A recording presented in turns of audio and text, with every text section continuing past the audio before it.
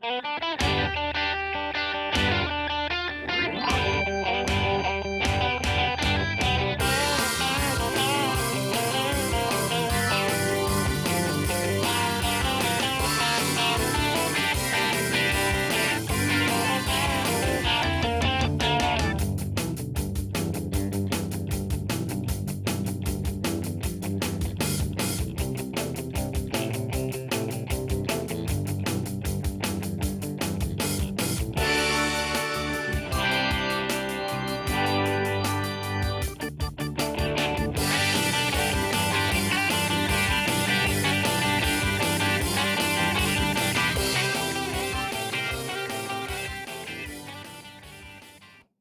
morning, everybody. You are tuned to Computers 2K now on the Nissan Communications Network. I'm Amnon, your host for the next couple of hours, along with Spence. Good morning. Good morning. And Nick is here. Hey, good morning. Good morning. Our number is 919-518-9773, Computers 2K Voice on Skype. And today's show is made possible by vMix Software, Telestream's Wirecast software, and is sponsored by Tom Sinclair of Live Streaming Gear. All right. So what's going on? Oh, you got to sign the petition that we don't want to go into 2020. We want to keep 2019. Okay. I'll sign it. Just keep extending it out. December 32nd, 33rd. Where is the petition to be signed? It's a virtual petition. Okay. Okay, I signed it. Okay, good. Thank you. We have like 25 million signatures already. Far. Yeah. Okay. Actually, it's just because we don't want to see all the shows that have to do with New Year's Eve. So if we keep stretching it out, we don't have to watch them. So everybody gushing about the year in review and what's coming next and the whole thing. So they're already doing it. Well, they've been doing it now for the past week since Christmas. So. Hey, Nick, are you looking forward to get back here? Very much so. I leave later this afternoon. How's the temperature up there? It's not bad. It's in the 40s. Oh. It's warm here. 60s today. I thought it was supposed to be 70. 69. Well. I take it for what it is, right? So they predict 60, it's 50. They predict 70, it's 80. You know. Yeah, Nick will tell you that. I mean, it's science. I mean, if they say 69, it's going to be 69, right, Nick? That's absolutely. All right. So I didn't get around to this story last week, but LogMeIn announced 2 weeks ago that it has agreed to be sold for $4.3 billion to affiliates of Francisco Partners and Evergreen Coast Capital Corporation. So those of you that use LogMeIn, you may have a little bumpy road or whatever, but it may cost a little bit more. But LogMeIn sold out. And what exactly do they do? They sold. No, but what is it? Oh, LogMeIn. It's sort of like TeamViewer kind of. You know, you log into your computer, but yeah, because I'm looking at it here, and I just. Yeah, I never used it. Nick, did you ever? Mm-hmm. So can you explain it a little bit? I mean, what's the difference between it and TeamViewer? There's not. I mean, they're remote desktop applications. Okay. I might have looked at them when I was looking for a free alternative to TeamViewer. This might have been one I looked at when they were still offering some. Do they still have a free for personal use? No. I don't think they ever did. Yeah. I don't know. And another interesting story here. Everybody's talking 5G this, 5G that, and all of a sudden, isn't that weird? Yeah, but there's another part of it. It says there are real concerns about the way 5G is being deployed in the U.S., including security issues. the potential to interfere with weather forecasting systems. And the radar, FCC because it interferes with the Doppler radar. and the FCC steamrolling local regulators in the name of accelerating the 5G rollout. But concern over the potential health impacts of 5G are overblown. If you weren't worried about prior generation of cellular service causing cancer, 5G doesn't produce much new to worry about. So 5G is not going to be any worse than the other cell phones. If you were worried to a certain degree about the cell phones causing cancer and all that, 5G is just as bad or just as good. So the same amount of parts will fall off as with 4G? Yeah. You know, it's funny, this past week, there were just a whole bunch of 5G announcements by different countries as to what company they were going to adopt. Yeah. For example, Iceland. Gee, everybody's concerned about what 5G Iceland's going to use. They're going with Ericsson. And several countries in Europe don't understand. Well, they basically have their heads up their butts anyway, but are going with Highway. With Huawei. You mean the Chinese stuff? Yeah. And it's like, really? After all the concerns about security and built-in surveillance and all that, it's like, well, everything always has more to the story. So there's something going on. There's always something going on in the background. This stuff just doesn't just happen. Oh yeah, it's the best technology, and that's what we decided. We were completely uninfluenced by other factors. No. So I don't know. It's AT&T. Let's see. Did they make a recent? AT&T already has 5G, or at least December. the phones. Well, they do, but it's just about the rollout. No, they just put 5G on their phone. Yeah. You remember? Yeah. Well, did they just put a sticker on there?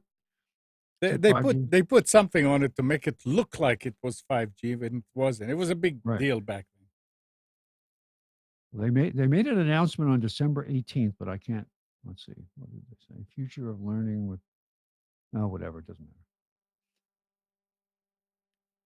Summary of 5G announcements. Yeah, this is what I was looking at. Major telcos for 2019. Yeah. Well, you know what? How much is it really going to change people's lives? You already have access, if you have 4G and a recent smartphone, to incredible amounts of bandwidth. Mm-hmm. What else are you going to do with your phone that's going to require that you make a exponential leap? I have no idea. I never understood that speed on a phone. Well, it's like everybody's rushing forward like this has to happen. We must do it because technology and our future depend on it. It's like, no, sorry, it doesn't. I think it's more for Nick's generation. People that live on the phone. Well, no, not at all. This is absolutely for the switch from broadband internet at home to wireless internet. I was at my brother-in-law's house. He got an offer from T-Mobile. They're now providing home internet using their broadband wireless. Yeah, but that's what you'll need it for is 5G because the speeds will be way faster. Nobody needs it on their phone. So really, it's being used not as a individual device technology. It's going to be used as a backbone distribution technology. I mean, I would think so. I don't know why the hell you'd care about having it on your phone. I mean, I already get under ideal conditions with Verizon's 4G, I can get 40, 50 meg. Exactly. So what else? Why do I need more than that? Unless that's your only connection. And the deal they were offering him, I can't remember what it was now, $40 or $50 a month. It's supposedly no caps, but I don't really. I don't know what the speed is. No caps. Caps on wireless data on the phone. No caps. This was T-Mobile in Williamsburg, Virginia. Hmm. So we were, I ran a speed test with Verizon at his home where he lives, and I was only getting about 12 max. Upload speed was terrible. And then, but he didn't have the app on his phone to run to test the T-Mobile connection that he had to see what it was like. But Maybe. I just wish we get fiber in this area. We have fiber to the neighborhood. I know it's out on the road for uh, Spectrum and for AT&T because they have their uh, demarcs out there. Mhm. But there's no fiber to the neighborhood here, and I don't think they're going to put it in. There just is the payback for any provider is just not there. What you see more and more, they're still burying cable on the sides of the road. You see guys digging and putting stuff in. Oh well. Well, I guess when it comes, it comes. Yes. And if it doesn't, it's okay. It's just that Oh, it'll come. I mean, you know. we need more. I always thought when they talked about AT&T Uverse that we absolutely had to have that just for the competition of being able to say, well, Spectrum, I'm going with Uverse. Thank you very much. I've tried 2 times where I was told by Uverse that I could get service.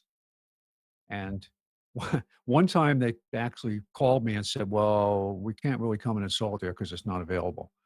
and and then because it's a house by house thing here because of the physical plant in the neighborhood is not great.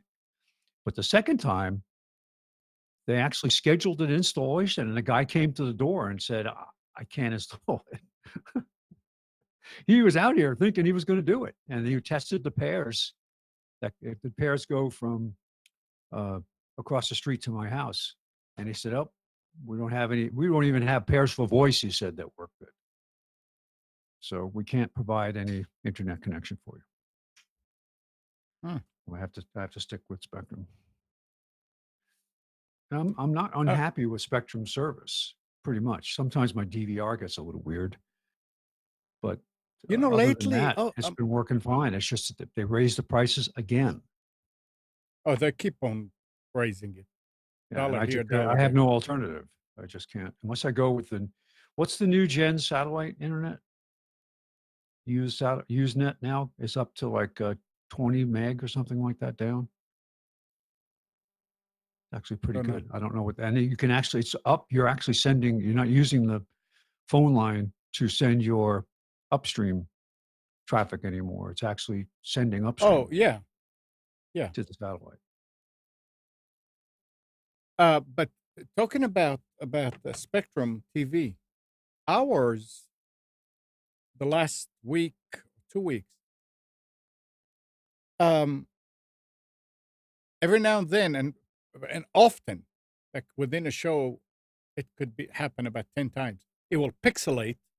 Yes. It will skip, like the audio. You hear it suddenly goes quiet and keeps going.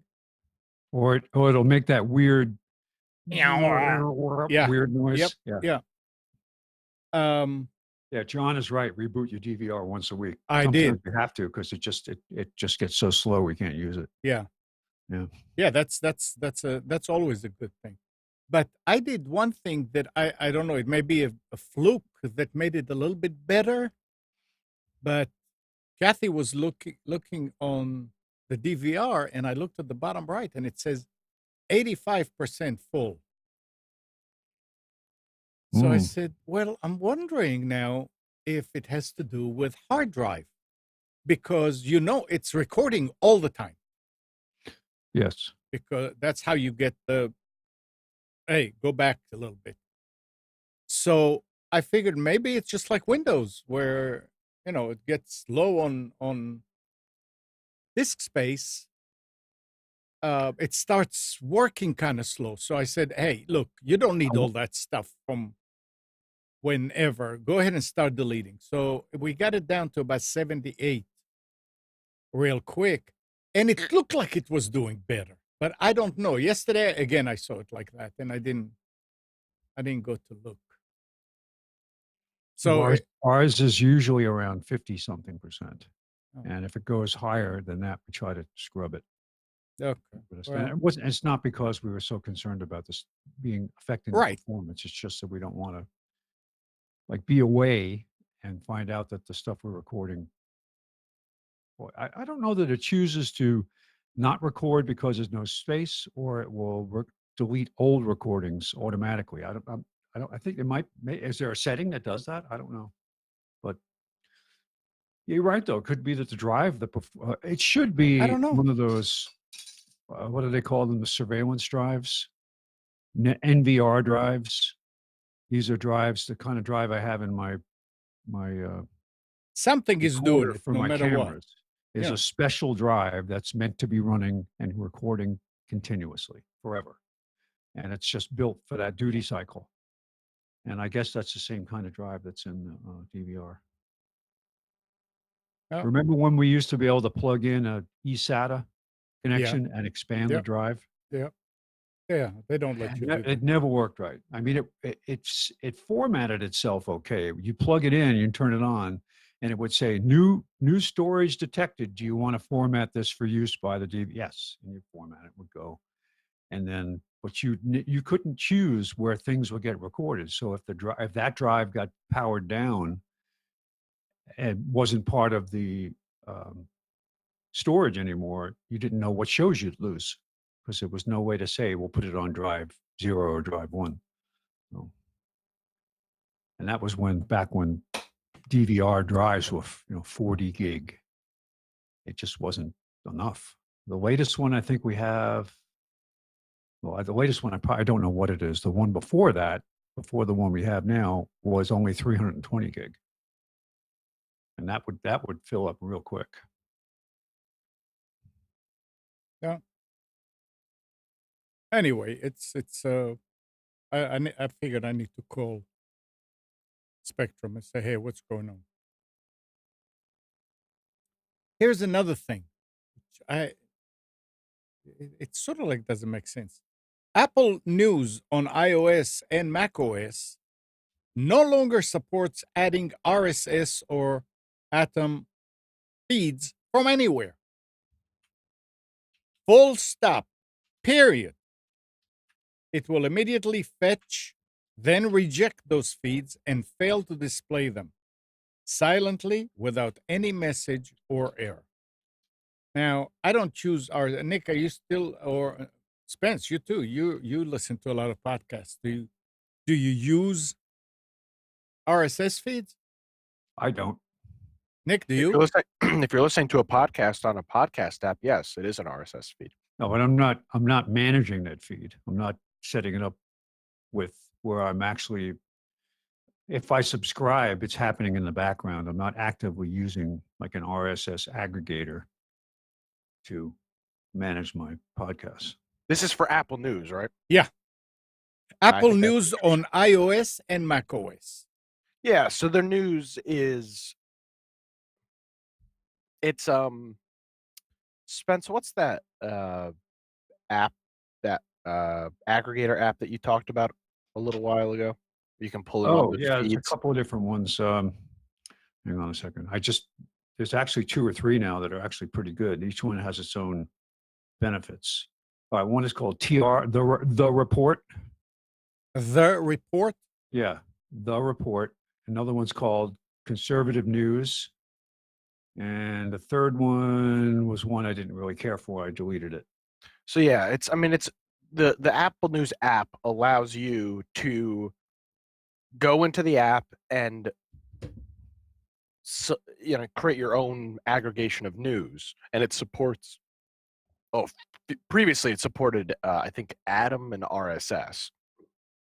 Don't know why they're dropping RSS. It's still a very well used standard. Yeah, it would seem like they're gonna basically eliminate a whole section of what's available. Well, if you look at like WordPress blogs or blogger websites that people post things on, those are all RSS. I know WordPress has got a lot of Atom support now, but I mean, did they give a reason on this? No, it It doesn't say anything. Hmm. Not a bit of thing. It just They said, do because they can. Yeah, but there's got to be a reason. but I mean, without letting people know or anything, and it doesn't even give you an error. It says it will immediately fetch, then reject those feeds and fail to display them silently without any message or error. I mean, that's that. I don't know if that's just one person writing this because their machine was screwing up, or it's. I mean, why would they do it so it fools you and you don't know what's going on? That's what didn't make sense. But I mean, you on your phone. Oh, so you don't use. Let's see what this blog says. I mean, I'm reading about the differences between Atom It doesn't matter. and It- RSS. yeah. They're both HTML or Yeah. XML, I should say, XML. Yeah, lightweight XML. right. So, Well, I'll tell you what. I'll put on my tinfoil hat. A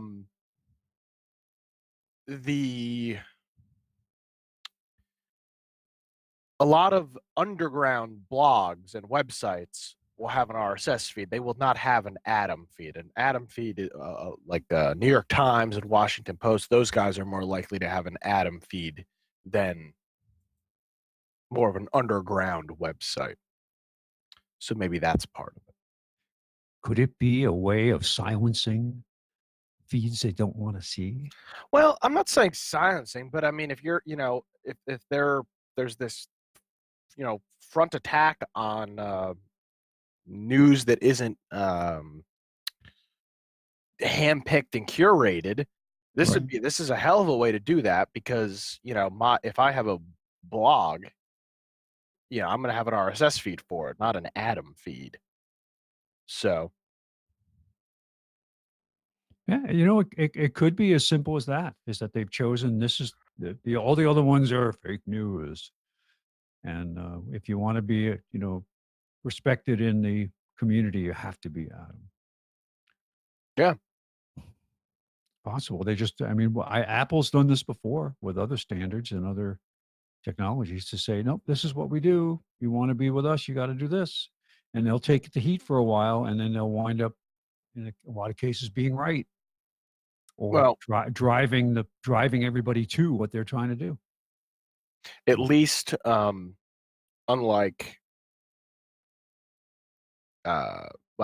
unlike their app, you can download a third-party RSS reader app and use that. I'm not sure that many people use Apple News.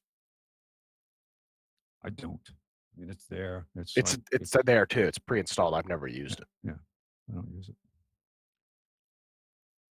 I might be old school, and I mean, I have accounts just about with every app that's out there, but I mainly just use Stitcher. I have SoundCloud, and I have others. Podcast One app. I've got Periscope app. I've got and I just don't use them. I use Stitcher for the podcasts that I like to listen to every day because I just like the format and I'm used to it. So, yeah. But I'm just amazed that everybody I hear ever interviewed on the radio anymore, on television, is my podcast, listen to my podcast. Well, I mean, this is where it's if they don't, then they alienate. No, I'm not saying. I'm just saying that's the way it is now. That's how you touch people, is with a podcast. And I like to listen to stuff I learned in history class. Yeah. It's a good history. It's kind of like, it's not real intense but there's some other good, very good history podcasts out there that are like 2.5 hours on a single subject, and they just go down into the dirt with detail and commentary. And some of them are good, but I like light stuff I can listen to in small pieces. So I like stuff I learned in history class, and now they've been How Stuff Works has now been purchased by iHeartRadio. So all of a sudden now, all the podcasts on How Stuff Works are all filled with advertising that They used to have some advertising, but now they've got it like every 5 minutes. They run 5 to 7 minutes. They run an advertisement. But yeah, I know they got to keep the lights on, but still. Mm. That's why I like to listen to Stitcher, because it's not live, or it's not being the usually the commercials are scrubbed out from most of the stuff I listen to, which is nice. But that's really the job of the originator, not the app. This is interesting, and I never was aware of this. I mean, it's sort of like a little late, but it's good to know anyway. Americans searching for last minute Christmas gift on Amazon.com will get lots of results that include Amazon's choice products. Many shoppers will assume that it is a dependable stamp of approval. It isn't. Amazon attaches the badge to countless legitimate listings, but also to products regulators have raised safety concerns about, that makes false claim or whose listings appear to have been manipulated by sellers to get the endorsement. So you're saying Wait, let's finish this first, and then Amazon sometimes gives the badge to items that violate its own policies.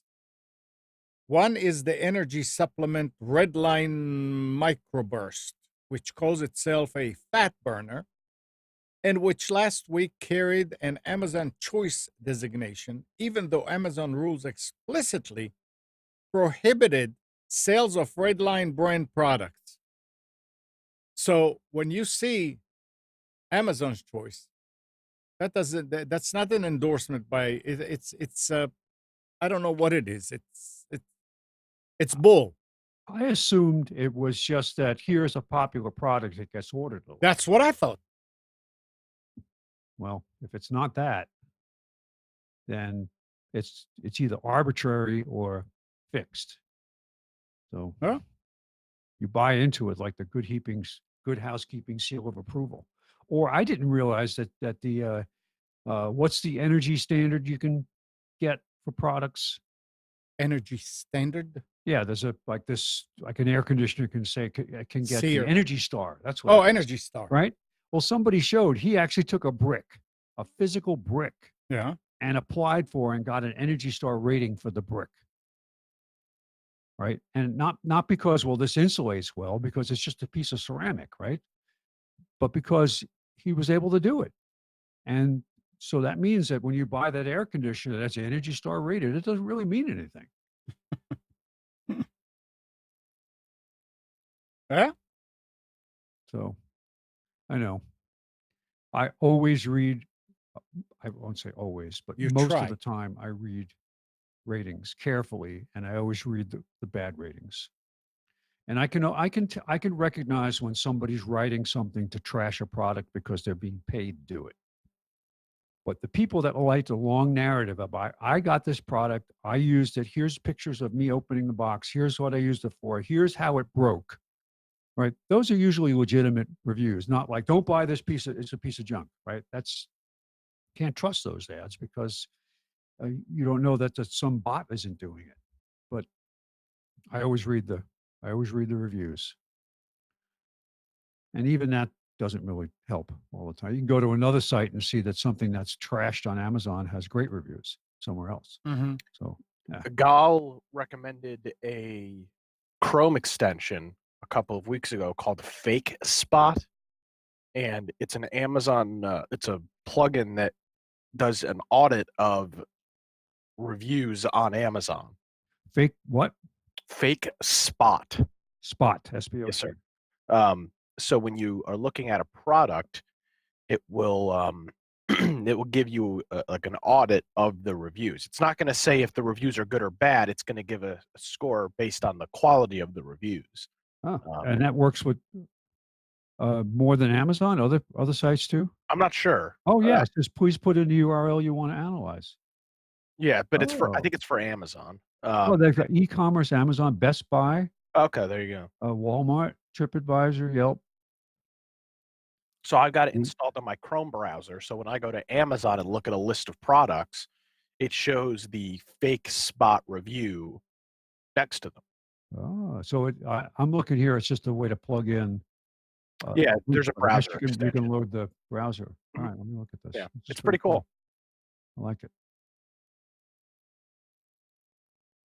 So that's on your phone or in the browser? No, I'm using it on my laptop. Okay, because it shows here. It says get the Amazon, or get the Apple or Google Play app. Oh, all right, fake spot. Hmm.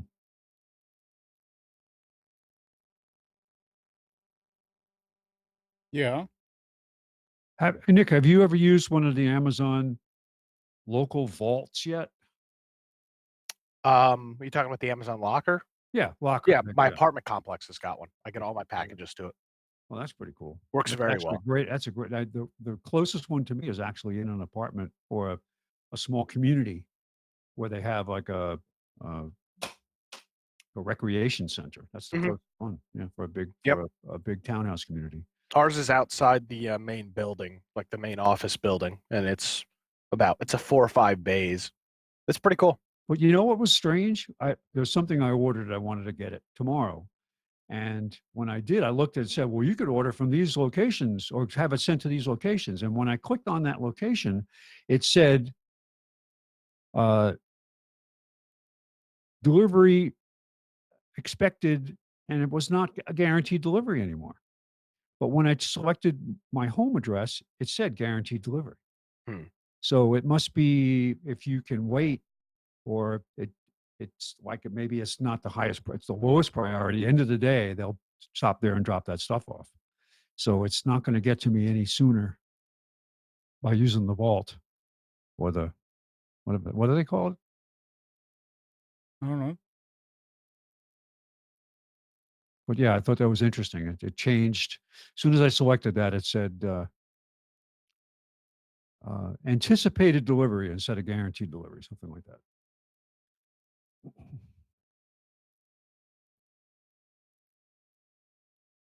Where's the plugin? I don't see it here.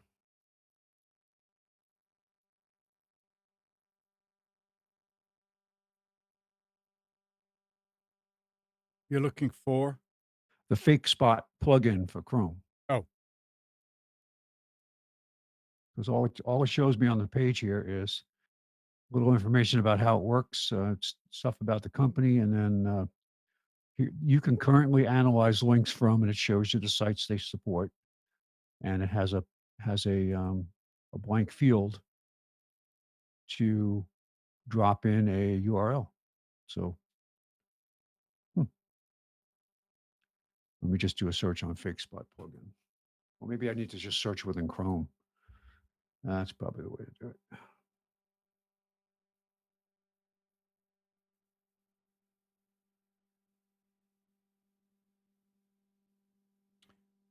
Let's see what else. Column.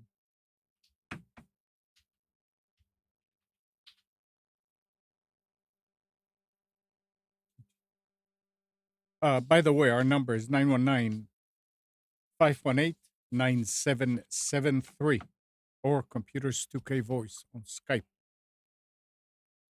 I put the link in chat, Spence. Oh, good. Thank you. Because I did a search on extensions from Chrome and it doesn't have anything. So, Oh, I have to get in the web store. It's different. All right. sure. Okay. Thank you.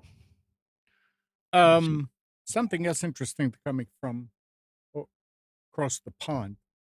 The UK's communication regulator is proposing a rule to ban carriers from selling phones that are tied to their networks. In other words, locked.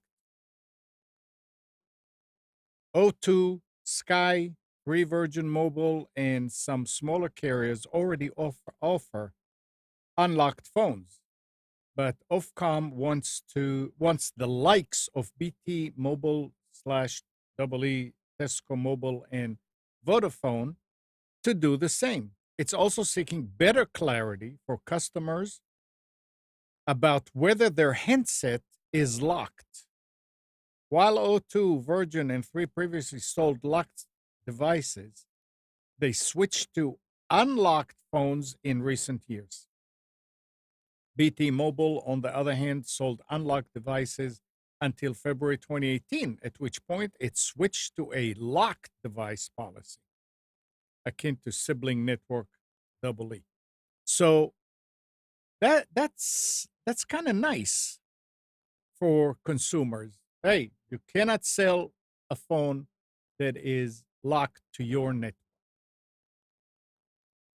I mean, I've been out of the cell phone business for a long time, but what happens when you get a phone, it's not locked to your service, but let's say it doesn't use a SIM. What is that? The CDMA? They all use SIM cards. Not all of them. Like what about the Apple? Apple has SIM cards. Oh, they do? Well, Some of them, yeah. Yeah, the newer phones do. So Yeah, I I mean, know since it's either the iPhone 5 or 6. okay, but there Yes, are okay. there phones without a SIM? Well, I don't think I think that they weren't accessible depending on what phone you bought. If you bought an AT&T phone from Apple, it had a SIM card, but you couldn't change it. My Or question is, Verizon phone- are there Yeah. phones, cell phones out there that do not use SIMs? They I'm used sure to be. there's some that don't use SIMs, but all of the major phones now I use think you'd SIM. have trouble accessing some networks without it. Well, so that's my point. I mean, if you sell something that's not locked to your network, but it doesn't, let's say it doesn't use a SIM, that doesn't mean that you can take that phone and go to another network that requires a SIM and use the same phone. I think every phone has a SIM card slot. Well, it says that if you're GSM without SIM, That's it, you won't be GSM. able to tap into a mobile network. That's all. So Yeah. So my phone, my Apple iPhone, can be used internationally with lots of different networks. So I have a SIM card, even though Verizon may not require it for um, LTE. So Yeah.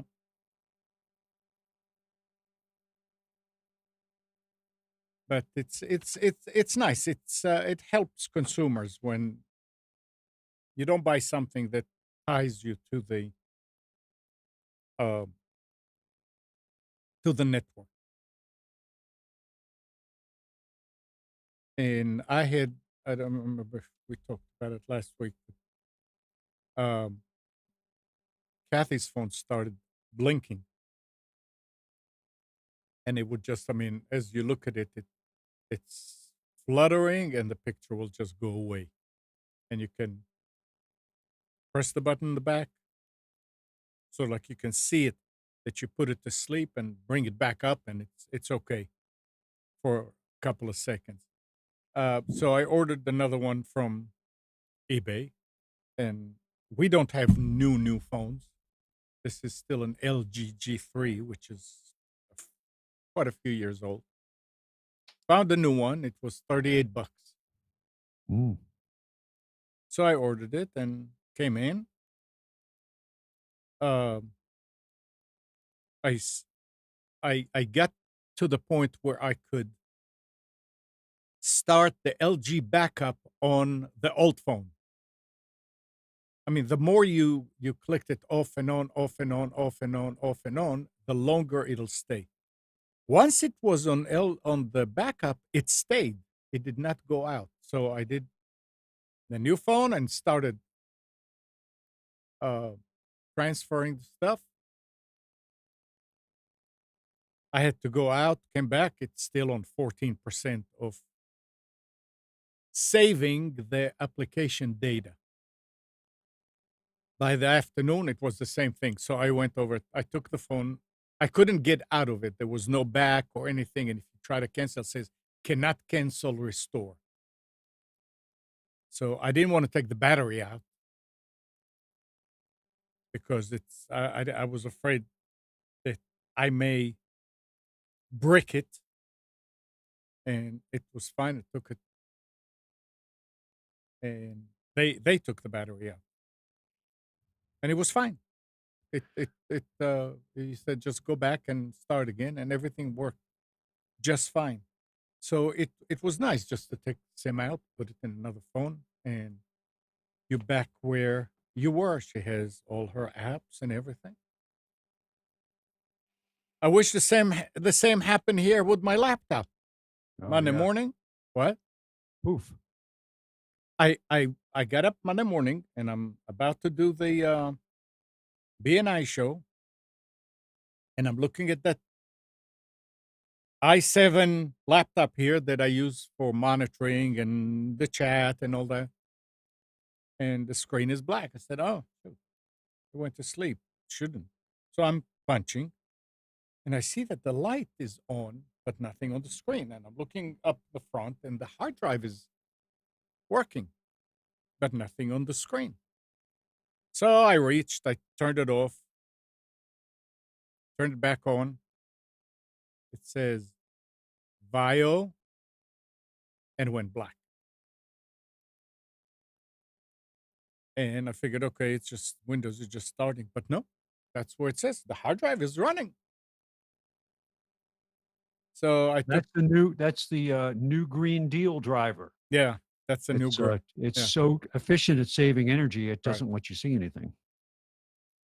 I took it and put it on the bench, connected an external one, because I mean with laptops many times the display will go bad, but the computer's still working.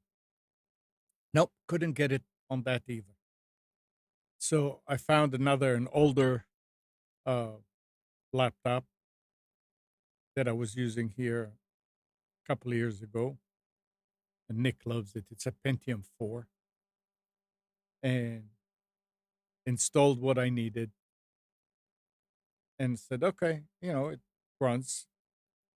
Then later on, I said, well, I wonder what would happen if I take the drive out of this one, put it in the old one. The old one was Windows 7. This is Windows 10. I put it in the other one, came right up with Windows 10, did some few updates to the drivers, and worked the same way that this one was working. Is that interesting? I took the drive from the older computer, stuck it in this computer. It came up with Windows 7. Everything is working. Swapped again, same thing, VAIO and dark. So I think that when I was talking with Nick or something, he said, yep, driver. Now, there's no way to delete driver or whatever because it would never even come up. I couldn't even get to the BIOS. So I got an SSD, put it in this machine, installed Windows 10, installed all the software that I needed to. Everything is working. And I'm using it right now. But then this morning when I started, I said, oh, shoot, I don't have the NDI stuff to do the special through the laptop. So that's what I'm trying to do now while you guys are talking. I've got a gripe, Amnon. I've got a gripe with you. Oh, You have a Festivus grievance you need I to do. go? I've got a grievance with Festivus. everybody. Yeah. We need to stop saying i7 like it's some great. The i7 is 11 years old as a processor now. Okay. Well, that's not the new. Yeah. It's not a new machine. Absolutely not. It still says Windows 7 on it. The sticker on it is Windows 7. And I guess, where do you go to look at the actual? Right click on, go to open up File Explorer, right click on the computer icon and click Properties. File Explorer, and there's a computer icon? Yeah, it should say this PC on the left. Yeah. Right click on that and go to Properties. Yeah, that'll give you the version of software you're at, the hardware. You can just right click General, on tools, hardware. local disk C. No, they've got security, previous versions, quota, general, tools, hardware, and sharing on the properties of C. Let me go about it the way that I would think. If I go here and click system. Yeah, just do my PC, right click, and then more, and it will say properties, and you'll get Windows 10 Pro processor, AMD FX 8820E, 8 core, blah, blah, blah. And Work group can't get to it name, from full the computer settings. name. All right, say it again. So go to the file explorer. Click on start menu and go to my PC, right mouse click more, and then properties. My PC.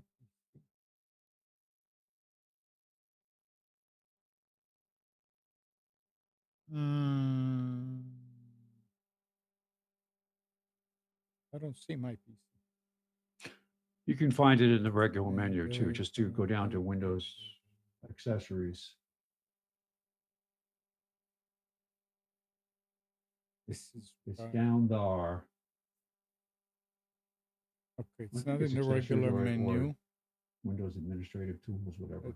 It's down in Windows system. I don't know. Settings. But you can just do a search on the search line too, my PC. Oh, by the way, Verizon started requiring SIM cards with 4G.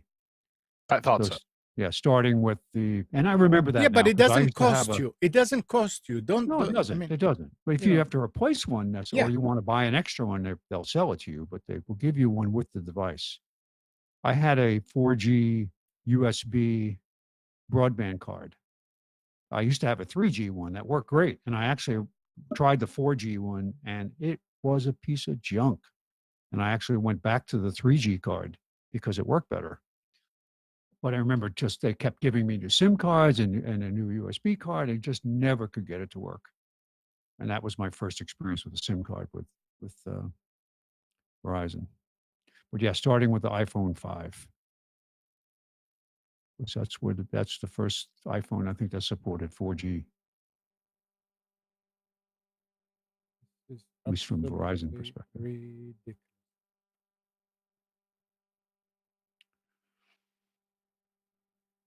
This is why I hate Windows 10. That's why I don't use it.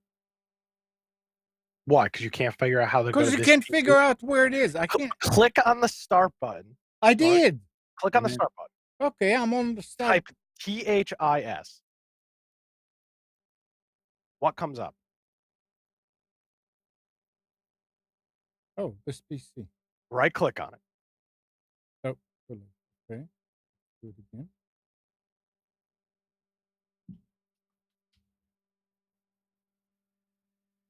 And properties. There you go. Yeah, that's a different property. Okay, so it's not, you don't go to the drive and where it says. No, I was wrong. I knew that. Yeah, that's I went too far. I clicked on that's my okay. PC That's when all I right. shouldn't have. I should have right clicked on it. So it's an i7 Q740. How old is that, Nick? Q740. Take a guess. I don't know. 2010. Jeez. 10-year-old processor. 1.73. Very appropriate that you're finding out it's 10 years old as we go into the new decade. Now, here's something that is not correct. It says installed memory 2 gig. Actually, it has 6 gig. You must have installed 32-bit. 64-bit operating system. Interesting. Doesn't work like a 2 gig either. But anyway.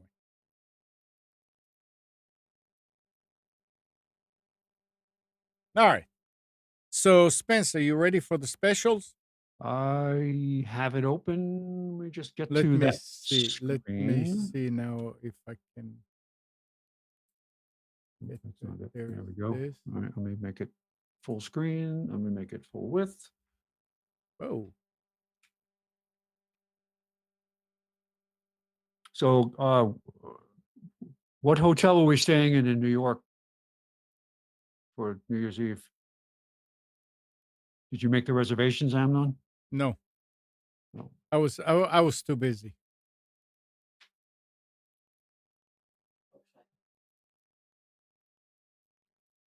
Keep 2019, not 2020. I like that. Oh, Okay. jeez. This is going to be kind of Wait a minute. Hold on jerky. a second. I'll be right there. Hang on. I got to mute for a second.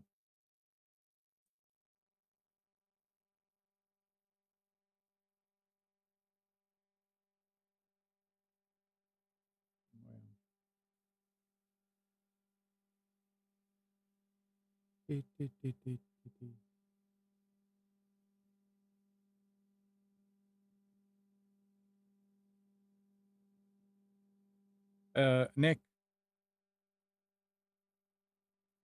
Oh, he got it.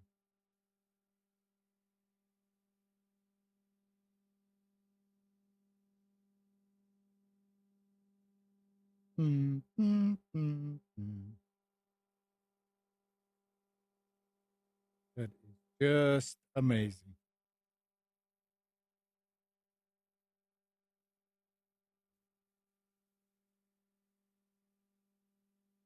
So? Oh.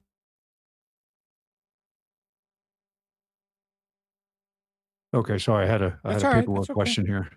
All right. So yeah, we're providing the Overwatch for the New Year's Eve celebration, so we have to be there. Get all the cameras set up. Oh. And sign the petition. We're going to keep 2019. We're not going to go to 2020. We're just going to have December 31st, 32nd, 33rd, 34th, and just keep going. We'll have December 265th. It just makes things so much simpler, right? Sometimes. All right, so we're kind of back to the format we had with specials for the 3 retailers that we review every week. But Staples is running what looks like just a normal weekly ad, and Office Depot is running what they call end of the decade sale, which is just a normal weekly ad with a new banner over the top. And then Best Buy is actually tweaking their webpage yet again, and they did have something called Top Deals, and it was made it a lot easier than to search again for some reason, because it would list categories and you can click on the categories. So apparently they got some resistance, or maybe they were in process and this was their goal in the first place. Because one of the things I liked about their weekly ad was they had a category view and you could just click on that, the same as Staples and Office Depot have. So, but it made it a little easier. Instead of having to go into each item would be 2 or 3 cut and pastes to get it small enough to fit onto the format that we use. So, oh well. All right. So starting with Staples, we have a Dell 15.6-inch laptop for $299. This is an i3. It is $170 off. We've got an HP 14-inch Pavilion Intel i5 laptop for $499, and that's $230 off. We've got a HP Pavilion i5 desktop for $479, which is $150 off. And we have an i7 Dell, which is $170 off, $599, normally $769. So there's some good choices out there. And there are others. These are some of the better, larger discount ones.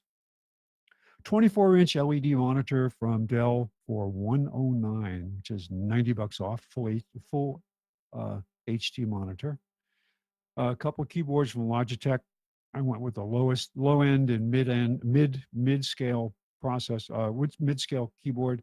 Got the Logitech MK325. It's really an entry level, but it's a good keyboard.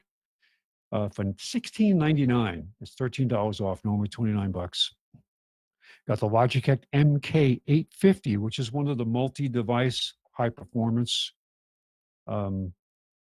models. And this is a pretty good 20 off, $79, but this is the one that gives you the instantaneous switching between devices with the 3 keys there that you see on the upper right of the keyboard. Got good deals on Seagate Backup Plus USB 3.0 external hard drives. You've got 4 gig at $95, 4 terabyte, I should say, 8 terabytes at $149, 10 terabytes at $199, and the featured one I have here is, what a deal, 6 terabytes for $119. I saved $20, and I think Gal was saying that these are all standard SATA interfaces, so you can do, what's the term you use when you take one of these apart? Harvesting or something like that? There was a name that people gave it when you redeploy. It doesn't matter the when you drive take that it was out in of you. there. Yeah. Yeah. So Yeah, you can take it out. use it for something else. Got a 64 gig USB 3 flash drive for $9.99. That's half price. This next Netgear dual band wireless router. Yeah, it's not the fastest one, but it is a great price on a full featured wireless router that will take advantage of AC. I think it's an AC 1200 router. I remember looking into the specs on it, but it does also have the capability of connecting a couple of USB devices to create network attached storage. Yeah. So it's $79, save 10. The reputation and ratings on Netgear have apparently improved again. They've been paying attention to their quality and have been doing a better job. Okay, HP LaserJet Pro M118C. I think I cut it off there. DW. So it's duplex wireless, which is a monochrome printer for $99. This is 20 off. So this is like the minimum you want to get for a desktop, unless you're happy with just getting a USB connected printer. But most of them come with duplex now. HP was a little slow to adopt, but this one is duplex and wireless for $99. Now, the one thing they did say, all the other things I show here are all good for 7 days. They did have a couple of items here that were marked as last day of the sale. So these are online available. One is the Google Home Hub, and one is the Amazon Echo Show smart display. And they're one is $79, one is $59, and they're either $50 or $30 off respectively. So if you're interested in one of these devices, today's the day to buy it. Okay, Netgear DOCSIS cable modem 24x8 for $89, save 20. And got an Epson Workforce WF2860 inkjet business style inkjet printer for $79. That's 50 off. And finally, Amazon. Finally, Amnon. This is for you because we want you to take advantage of the good pricing here, the sale they have on this Toto bidet seat, self-cleanse, app controlled, heated seat, temperature control, air deodorizer, e-water, pre-mist, night light, tornado flush toilet. And it's only $4,865 at Staples. I was amazed. I was looking through the categories and it said plumbing. I said, plumbing? What? So I had to look, and I found the most expensive toilet I could find. Now, for this kind of price, you shouldn't have to hook it to plumbing. That's right. It's virtual. It should just make water out of the air. Yeah. Right? Gosh, my God. And they actually have different names. Skirted design toilet to conceal the trapway with Fionon Tech glaze. Whatever. To reduce the bowl friction. Oh, wow. I mean, just think about it. The technology that went into this. Oh, 2 user memory functions. So you sit down and it says, hello, are you Amnon? Or are you someone else? Do you get a sign that you can put on the door that says out of service due to upgrades? That's right. Yeah. I'm sorry. I'm in the middle of process your request. I'm in the middle of doing an upgrade. Oh boy. Amazing. Absolutely amazing. All right. So you can have your smartphone app to prepare it for you, while you're somewhere else in the house. Get the seat ready. Heat the seat up for me. I'm coming. All right. So now we go on to Office Depot, Office Max with their end of decade sale. How depressing, right? All right. So they have a Lenovo IdeaPad L340 laptop, for $499. That's $130 off. They've got a Lenovo 730S IdeaPad, 13-inch screen with a Core i7 for $999, save $300. They've got an Asus Chromebook, 15.6-inch Celeron 4 gig machine for $229, save $40. And they've got an HP all-in-one 23.8-inch screen, AMD A9, well, really a desktop computer with a built-in screen for $539, save $140.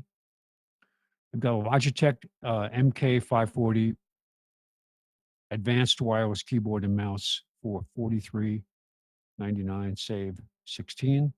Got a SanDisk. I really like these. This is amazing for this price. SanDisk UltraFit USB 3.0 flash drive. This is the kind that you can leave in your laptop in one of the USB slots.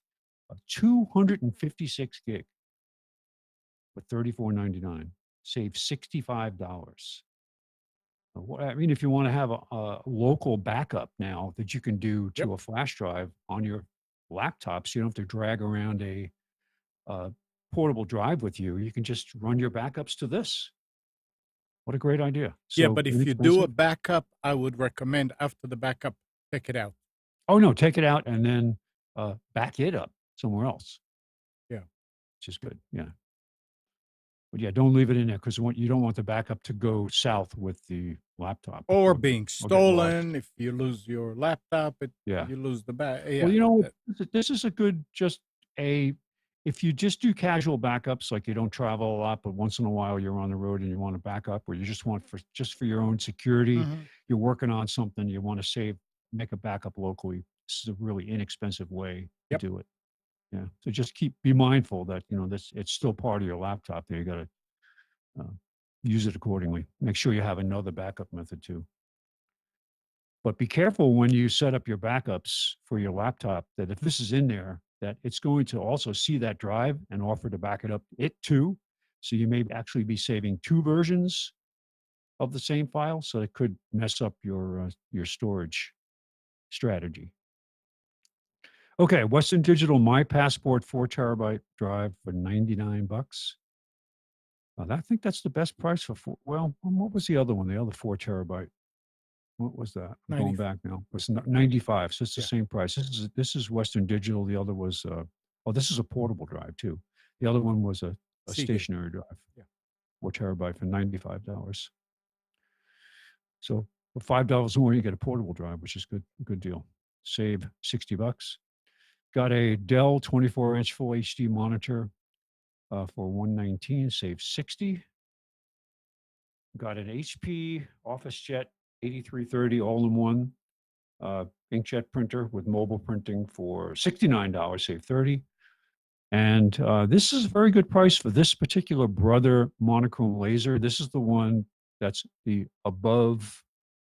It's not the USB connect. You can connect it with USB or a physical Ethernet connection, but does not require because it has wireless and duplex. So this is one above their entry-level laser, monochrome laser, for $93.99, save $59. That usually runs about $110 normal sale price, I should say.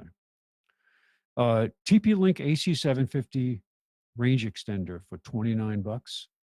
Now, 750 is not the fastest for AC, but if you have a dead spot in your house and you're providing casual access, say it's a guest room that's on the other side of the house, or you've want one in the garage, so you can use it for checking mail or looking up. I use my tablet to look up service information or videos when I work on cars, and it's good to have a connection. So if you're not looking to do dedicated streaming to a large television using this thing, this is a great way to extend into another part of the house. And it does have the option to hook up an Ethernet connection.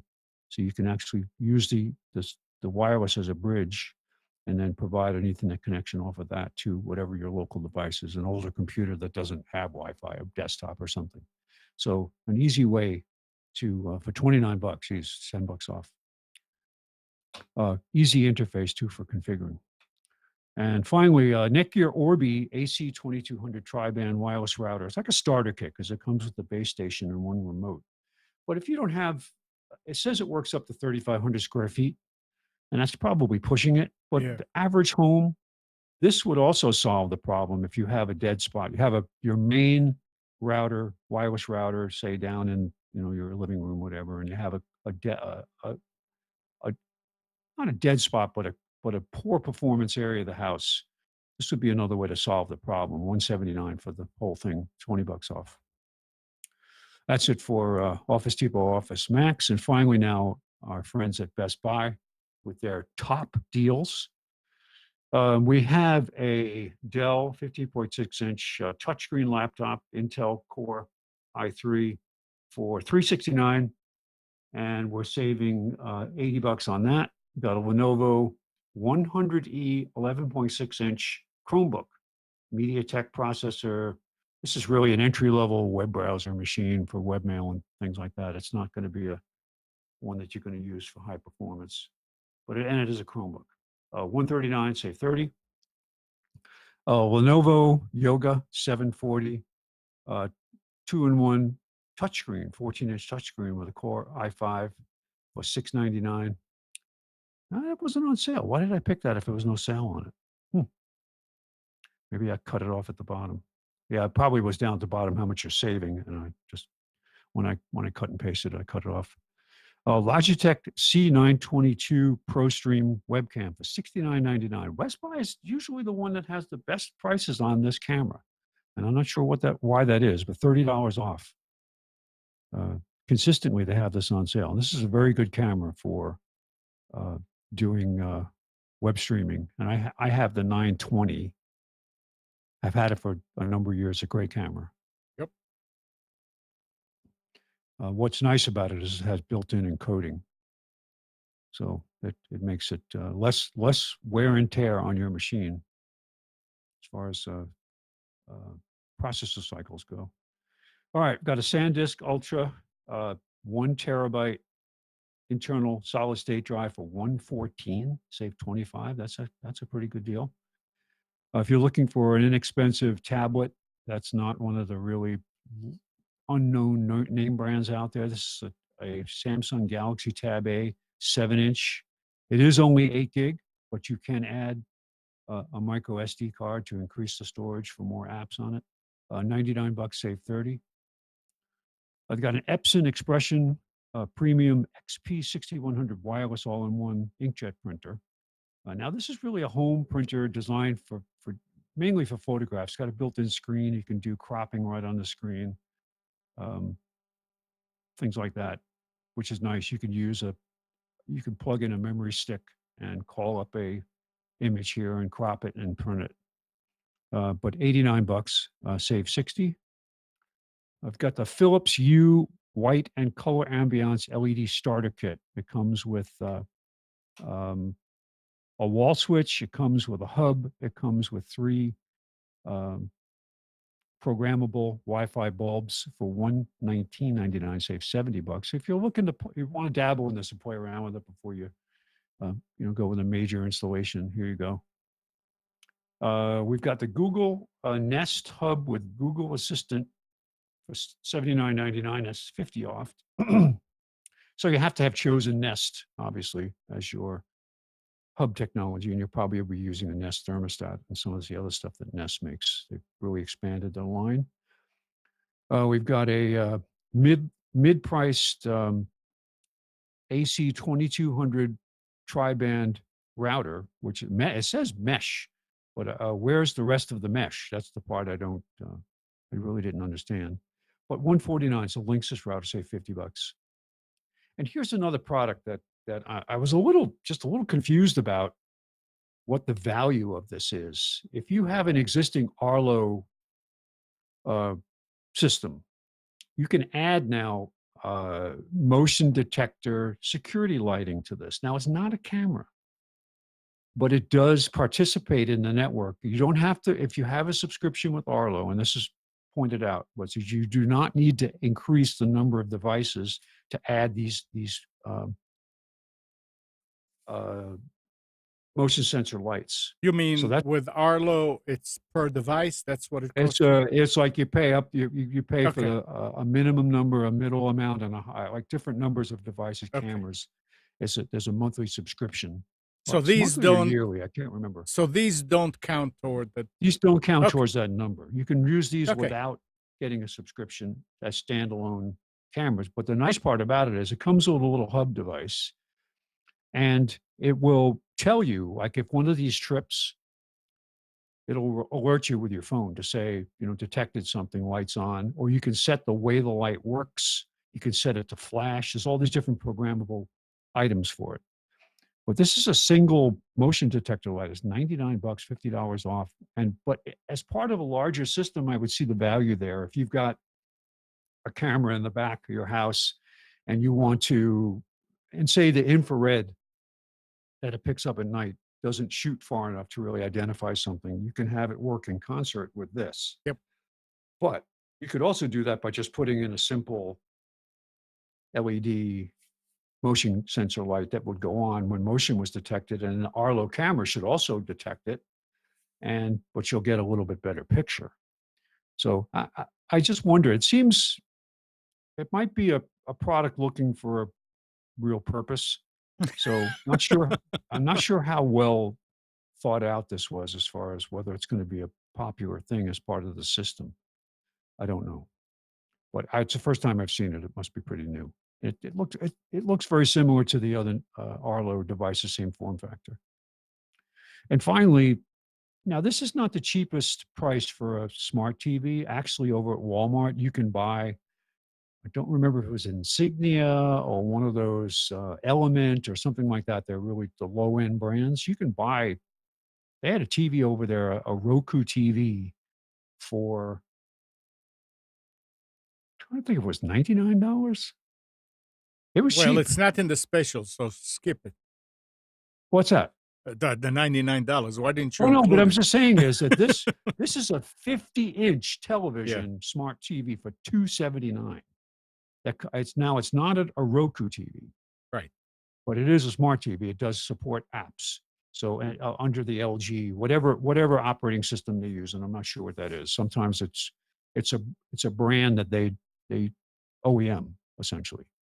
But were we talking about this last week? I don't remember who I was talking to about the kind of the war that's going on now between different smart TV operating systems, whether it's Roku, which is a losing ground, or what was the other one that's an up and coming one? I can't remember now. Whether it was Amazon is trying to beat the market now by providing built-in Fire Stick TV operating systems in televisions, and they've got the market or the power, the power to get out there and push this.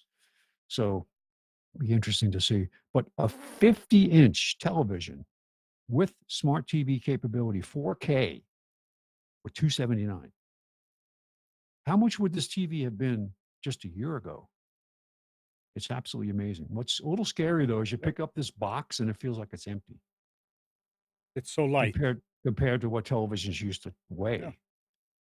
And it's very, very light. I actually had in my hand, there were several smart TVs that were all under $130 over at Walmart last week. And I looked at several of them and I almost bought one. And I was going to buy the LG.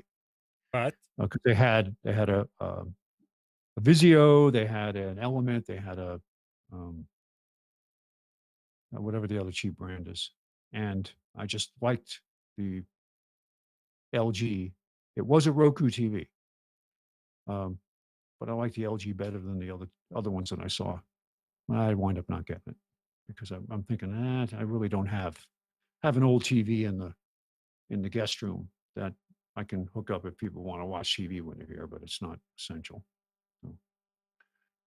And that's Computers 2K Now specials for 2020. 29th. For 2020.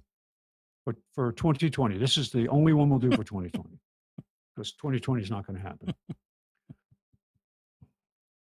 We're going to re-welcome. That's what we're going to do is we're going to reprogram all the graphics in Times Square to be 2019 all over again.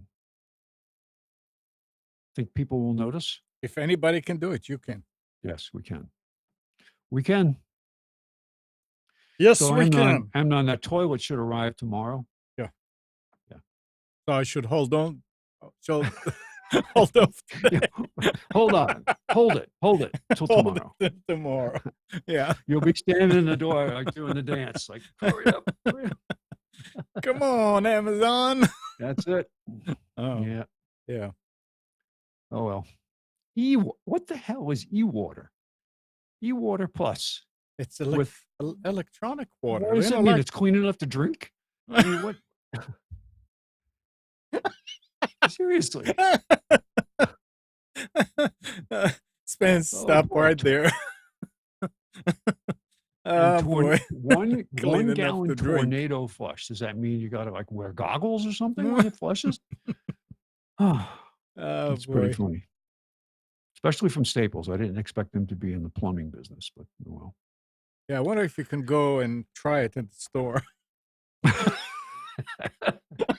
They said they had to put some retail stores that sell toilets Mhm. had to put them up high because usually it was a child, but sometimes an adult would actually use it in the store.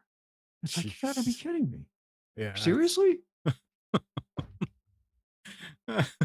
Oh, boy. Oh, well. Yep. All right. Thanks, Spence. Oh, you're welcome. So, I mean, I don't use Facebook Messenger, but there's a bit of news about it. If you want to sign up for Facebook Messenger, you can no longer escape Big Blue. Now they're calling Facebook Big Blue. Notice. You'll need an account from now on. The company has stopped allowing new users to join using a phone number. He's writing, we found that the vast majority of people who use Messenger already log in through Facebook, and we want to simplify the process. If you already use Messenger without a Facebook account, no need to do anything. Facebook has said that Messenger has over 1.3 billion users, and they just keep. In 2015, they began allowing users to join without a Facebook account. If you have a service on your platform, why would you let people use it, outside the service? I don't know. But from now on, you're going to have a Facebook. If you're going to sign up for Facebook Messenger.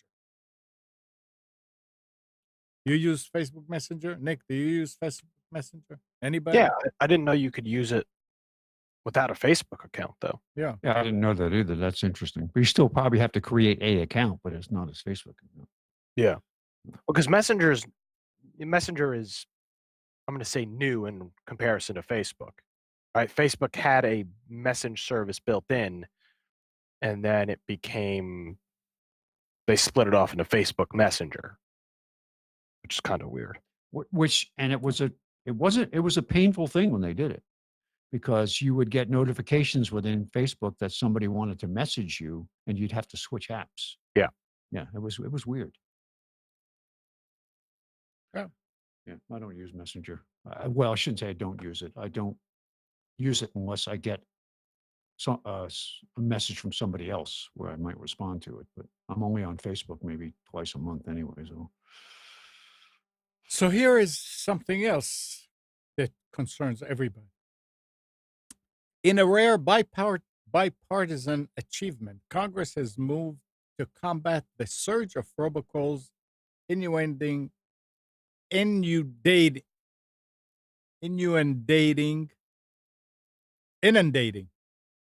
Yeah, there you go. Americans. Just don't expect the phone to stop ringing at any time soon. Lawmakers, industry, and consumer groups say the bill represents a significant step forward, but they also concede that the calls are likely to continue. So they keep on trying all kind of things.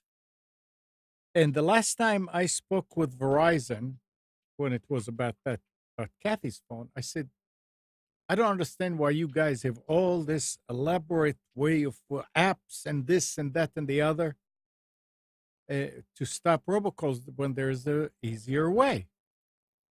And I said, I wish you can let people up the line know about this, and this works. She said, what are you talking about? So I was telling her about my experience with Anvio. That's ANVEO. That's the phone service, and I spoke about it here before, that I switched from VoIPO to. And Anvio has a great feature in there. I mean, it's a call flow, you have to build it, but the feature is that if you call my business number or our home number now, the first thing it tells you that you have to press 1 to continue. And you can tell it to press whatever. And it's been now almost a month that I switched. Not one spam call, not one robocall, nothing. Of course, It you're getting is- no calls because nobody. No, presses I the mean, button. get the calls, it's fine.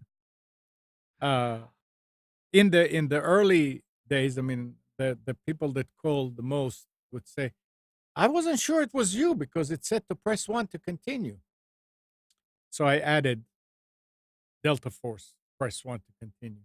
And it's all text to speech. It's a weird voice, but it works. Delta Force. Yeah, Delta Force. Sound like that.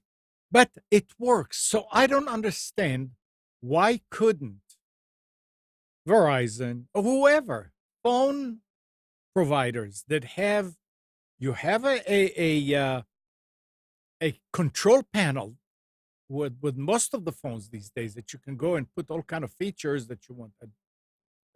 Add this, take this out, configure that.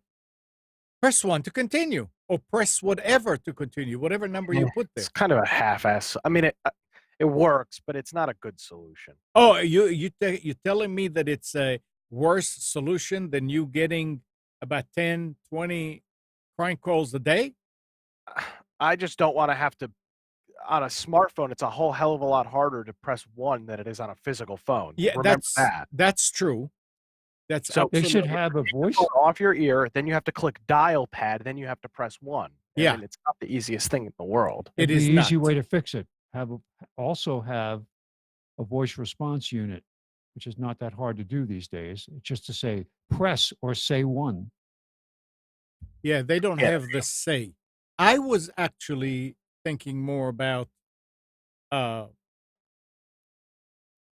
making the phone number with a delay in 1. But, to for my own phone, because I know if I try to call home, I have to do the same thing on the cell phone. And I do have to press the dial and do it. So I need to try and experiment with it. I tried to experiment with IFTTT that calls me with reminders. When you get old, you need reminders. And there's no way to put that I found to put a delay. Normally, like with the modems and stuff, when you dial, you can put a comma, and that's a 1 second delay. So you can put a comma, 1. It doesn't work with IFTTT. I did not try it on the phone itself to dial the number, comma, 1, and see if that would work. But at least, I mean, even Kathy was saying, wow, I mean, we don't get these calls. What happened? And that's what happened. So it's really nice now that when the phone rings, you pick it up. Like the old days, you don't have to look and say, no, this is junk. I don't want it. Very, in my opinion, it's very nice, and it's better than any of the other solutions these days that still allows it to go through. I installed the Verizon thing, whatever, to filter spam calls. Mhm. It doesn't work. I still get them.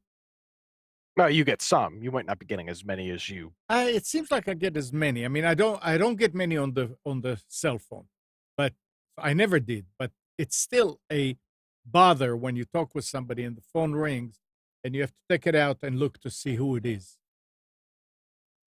Get an app, Oh. get a smartwatch, and then you could look at your wrist. All right, thanks, So Nick. what's the name of that? I mean, you were looking for a solution to your problem. There it is. Yeah. No, I mean, I love this. I love this. And if You somebody, know, you can on the phone, you can have it read the number of who's calling you. I think it's an ease of access option.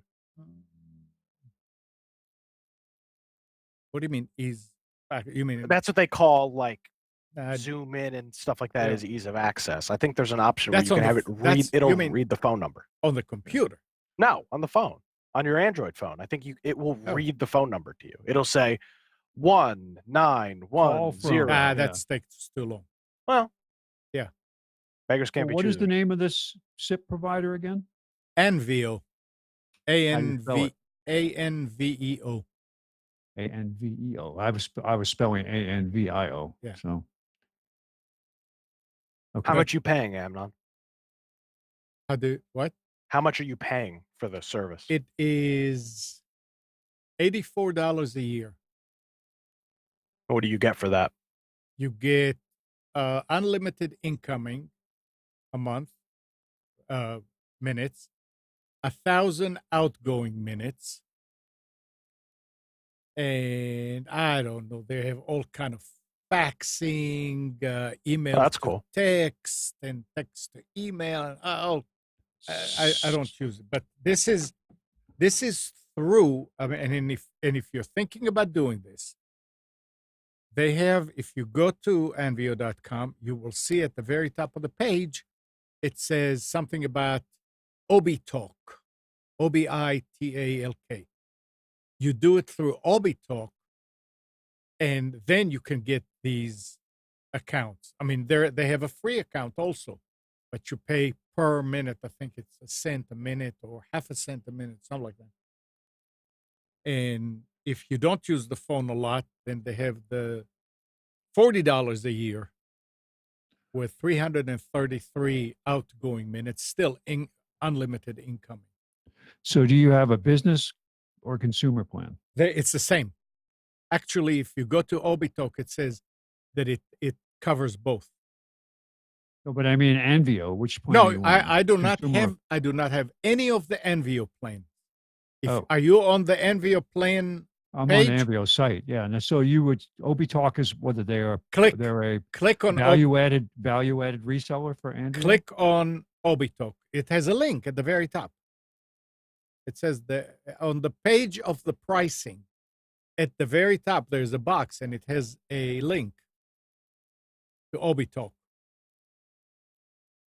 And I mean, you have to buy your own ATA, the device, the Obi-Hi device. I got the one with the 2 line. Oh, I see. ObiTalk special. Yeah.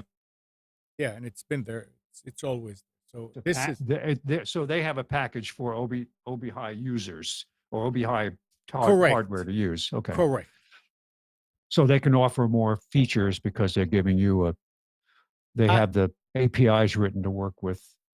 Well, SIP API. SIP. It works. It standard. works with anything, but this way Yeah. they have something to work with the Obi-Hi. I did not ask why it's like this. You know, you take it and you work. And the guy over at Envio was telling me, he said, you'll be better off going with the ObiTalk plan versus our own plan because it's cheaper. I mean, he was straight Where are they based out of? in Pennsylvania, but they have servers in Germany and somewhere. They have redundancy, so that's good.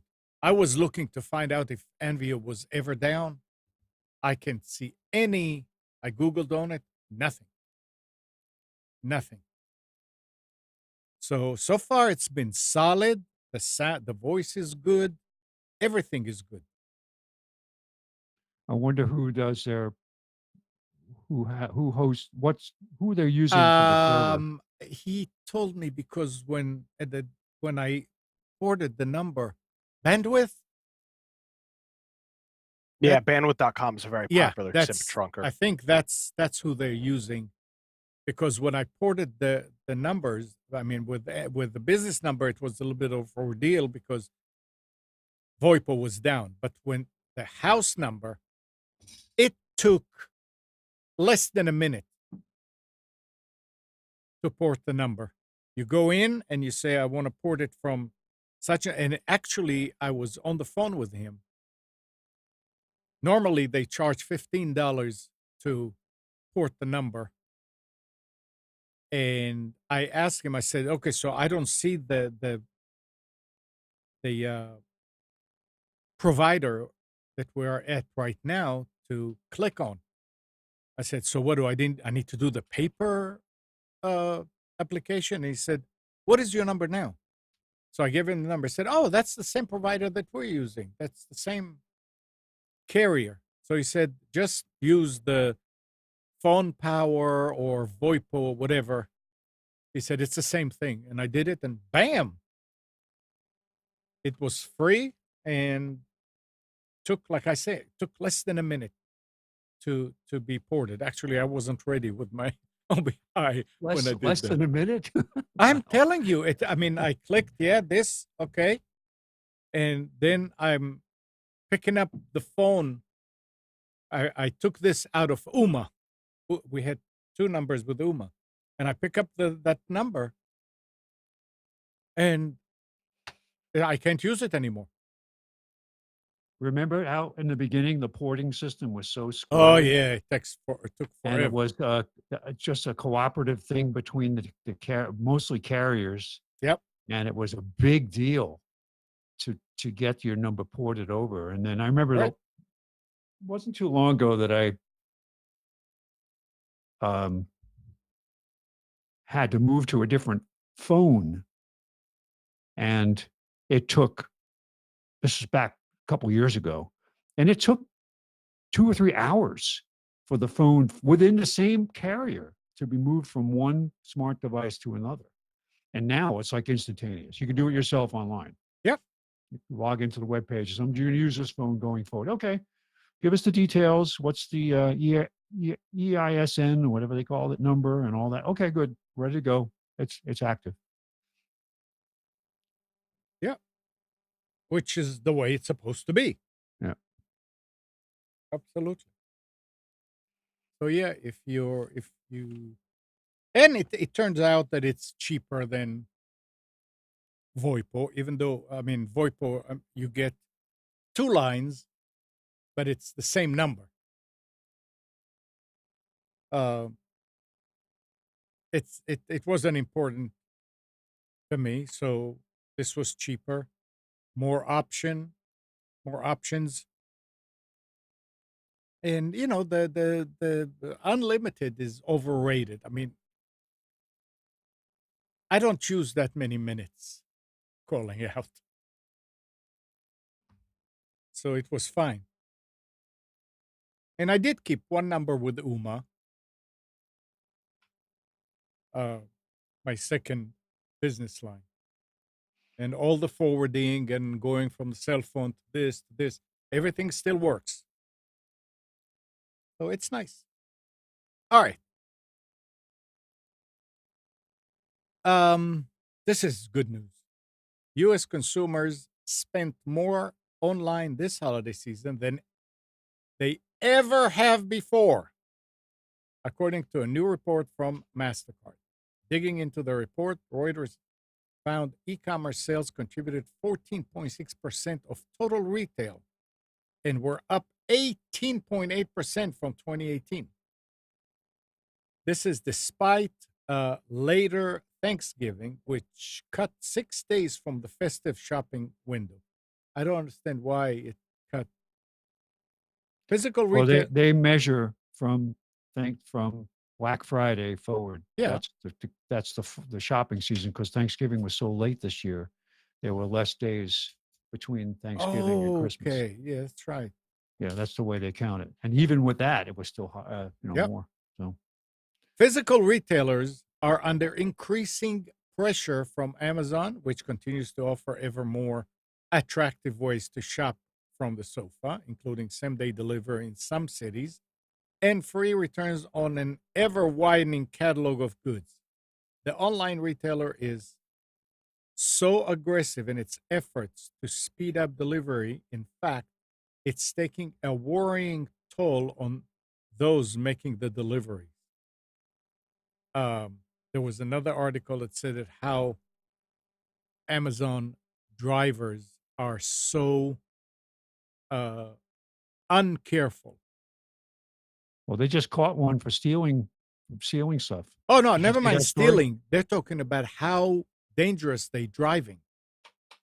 That they are not. I mean, they're not worried about what's happening on the road, so to speak. I mean, it's Oh, because they're Get being there driven to fast. drop Get there off fast. packages as fast as possible. Yep. Well, well.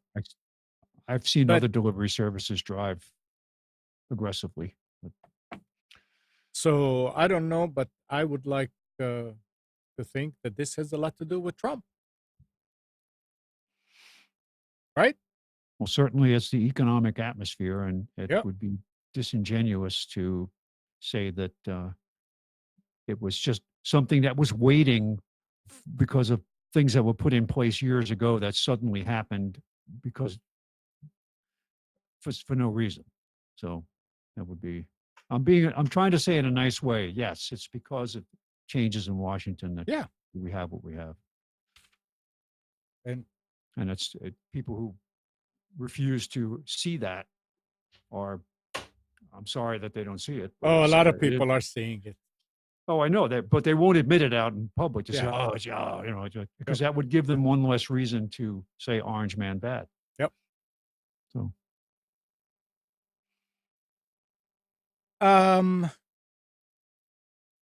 Alabama resident John Orange has fled, no pun intended here, has filed a class action suit accusing Amazon and Ring of failing to do enough to secure their security systems against hacks,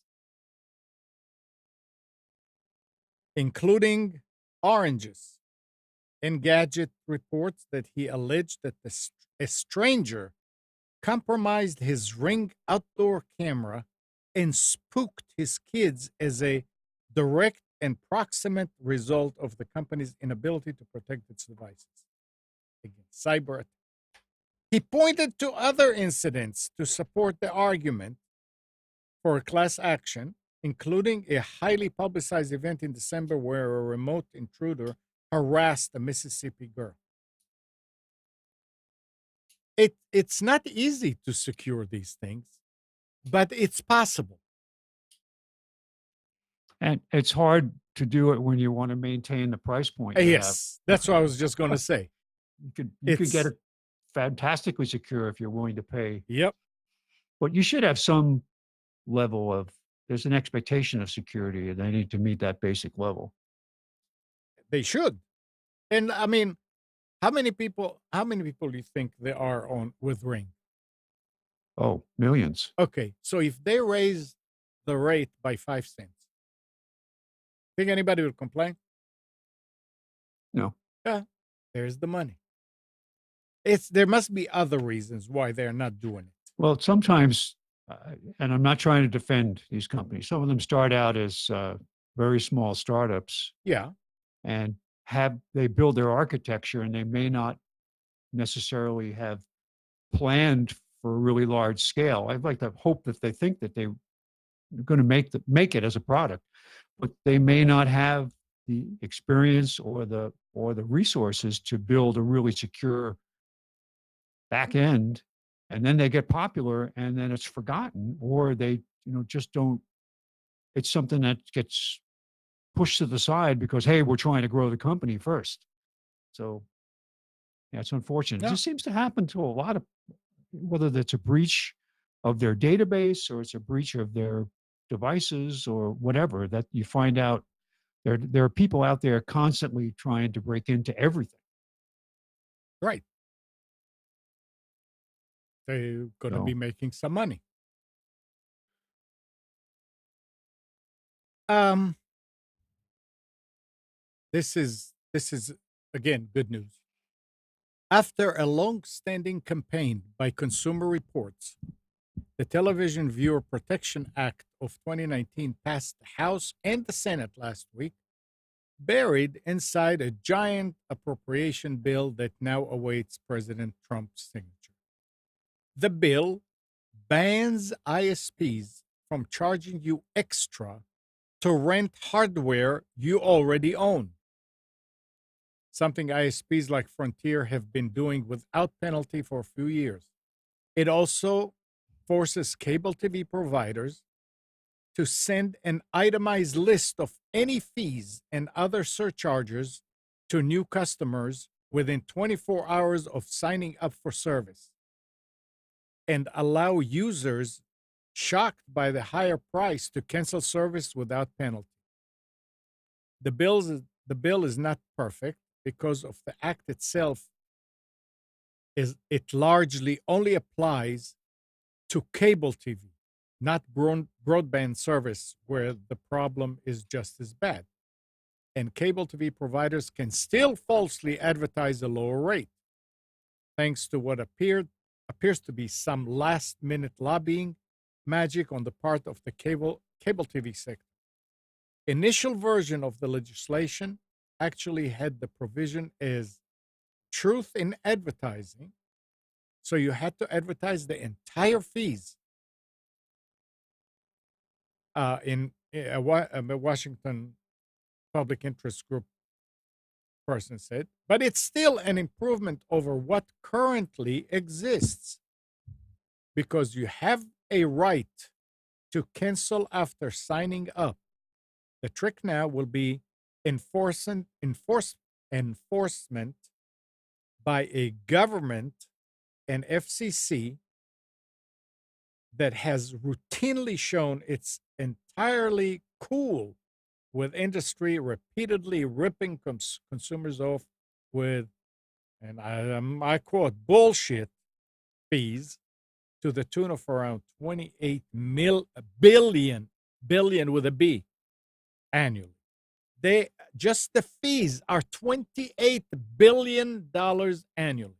Concession fees and recovery fees and Yeah. all the stuff you see, like when you rent a car, when you buy a ticket, it's all these, concession fee. Well, no, that's a profit fee. Yeah. There's no thing you're paying. And the only one these days that I see that doesn't do that is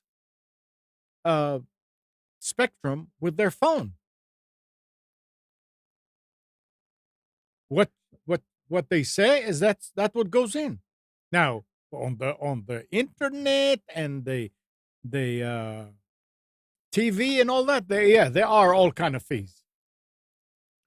But what I want to understand, you said Frontier charges people for hardware they already own. Apparently, how the heck do they get I away with have that? no idea. That's fraud. I mean, if you not if when you purchase now Spectrum still will rent you a cable modem, yeah, or a cable modem router, or a cable modem TA router, but I don't understand how Frontier could get away with that, where somebody's actually buying a piece of hardware and then paying a rental fee on top of it. That's fraud. That they need to pay. I mean, whether I don't know that you get to the criminal charges place, but they should be fined and then have to prove that they're not doing it anymore and refunding people. Well, they said that they've been doing it without penalty for a few years now. Okay. Yeah. But do we really want the government regulating this? Well, the thing is, if nobody's is taking care of it to enforce it, we cannot do anything about it. So, I mean, I don't know that the government is regulating it. The government say, hey, you cannot do that. Yeah, but the government's going to have to enforce it. Which means the government's regulating. Well, I mean, let's say that the government does not enforce it. Who does, Nick? I mean, nobody. That's my point. Is this? I don't know. I mean, the topics like this are always a tough one for it is if you look at somebody that's fiscally conservative, these are tough topics. Because on one regard, nobody likes getting Ripped screwed, off. as you said, with bullshit fees from Right. an internet service provider. Right. But at the same time, small government, why do we want the government telling Frontier what they can and can't charge their customers for? I guess Well, because Frontier it's- is not honest enough. I don't It's know. not so much telling what they can and can't charge their customers. It's disclosure is the issue. Yeah, but there's already rules against fraud. So Frontier is literally So committing they fraud. should be that. Then that's a criminal thing. Well, that would be my argument then. If it's legitimately fraud, then this whole thing is a moot point. It doesn't need to be dealt with. If they're committing literal fraud. Yeah. Well, I mean, I think what Spence is saying, the fraud part is if they charge you for something that you own, but they have other fees, all kind of the recovery and all that. And if it's in the contract, it's legal. It's legal as far as them charging you, but it's not fair. It's not, it really is not there. It's profit for them. That's So where the way you it need works is that on Frontier, if you bring your own router and modem, they still charge you a $10 monthly rental fee. for the modem that they supposedly gave you. Correct. Yeah, you see? Yeah. Interesting. But I mean, this is taking $28 billion out of the economy. Money that people could spend in other places and contribute to the economy, not to the Frontiers and the Spectrums and the AT&Ts. And the thing is, if it's a bunch of little fees, Mhm. you may not notice it. You don't. You may if it's $5 a month for it's 32 cents for this and 50 cents for that, and it's like the rounding error. What was the movie Office Space, where they figured out a computer program where they would take all the half cents that were Yeah, from the not going deposits. anywhere, Yeah. right, and put them into a separate account, and they wound up racking up, I don't know, hundreds of thousands or $1 million or something just by capturing all that Yeah, that people don't pay rounding attention. errors. Yeah. And it's eventually it becomes big money. And I think they get complacent because they've gotten away with it for so long. All right, Yep. we need the telecom police. Get them these big vans with radar, with satellite dishes and antennas on the top, and they can just go to raid places and just take people away handcuffed. And then, of course, the conversation always ends up back at, well, Ajit Pai is a puppet of Trump, but Frontier has been doing this for years now under prior FCC commissioners. So All I can say is if you want evidence that this whole thing was going in the right direction is net neutrality. One of the biggest scams of how, "Oh, you can't take it away. It's going to be a horrible thing." And it was never about net neutrality. It was about control. yeah, well, thank God And- Ajit Pai yeah. stepped up and put Yes, the kibosh on that. and squashed it because Yeah. and they've proven now, just time proved to us that it's actually better now, faster, cheaper, because of removing the net neutrality rules, which were not there designed to protect the consumer, but they were designed there to control the consumer. Bingo. No. Oh well, All right. that's it. Enough. All right. So I guess that's it. Huh? That's it. That's it. That's it. Party's over. Oh, real quick. Yes.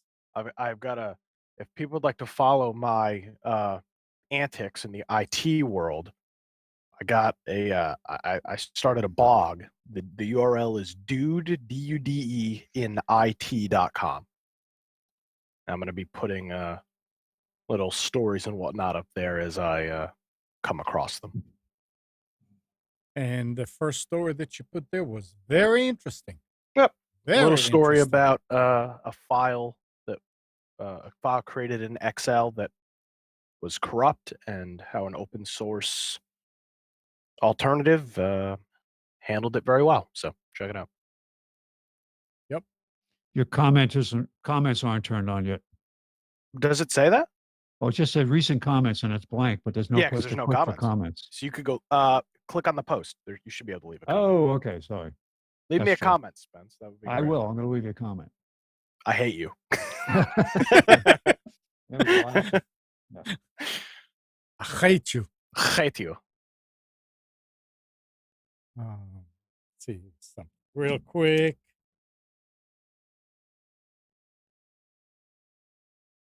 What are you doing? I'm doing this so it'll save this. And from now on, it'll show like this. Oh wow! Look at you, hot shot on the video graphics. Yeah. All right. Anything else we want to talk about? Mention? Happy New Year. We'll see you in 2020. Yes, sir. Yes.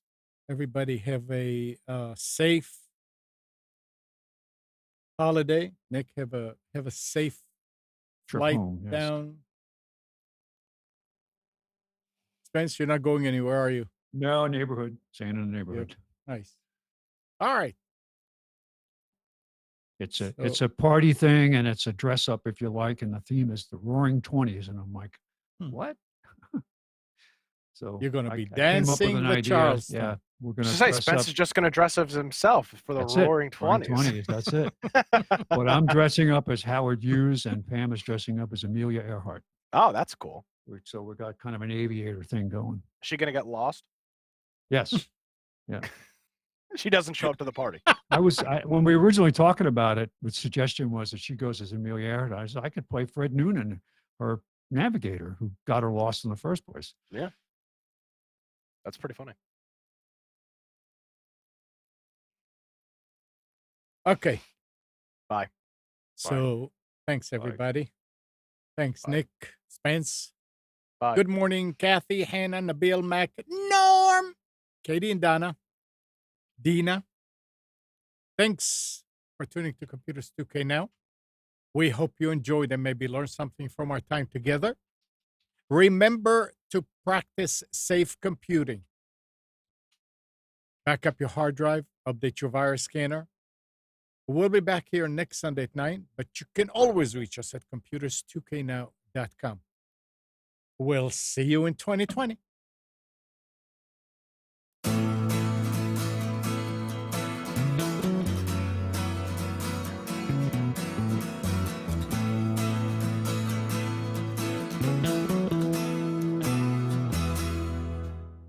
You are tuned to the Nissan Communications Network. If you tuned in too late, you can always watch each program in its entirety or download an MP3 audio file of it in the archives section at nissancommunications.com. Don't forget to subscribe to our YouTube channel, follow us on Twitter, and like us on Facebook. Sponsored by Telestream's Wirecast software, StreamingGear.com, Carolina Apparel, and DeltaForce.net.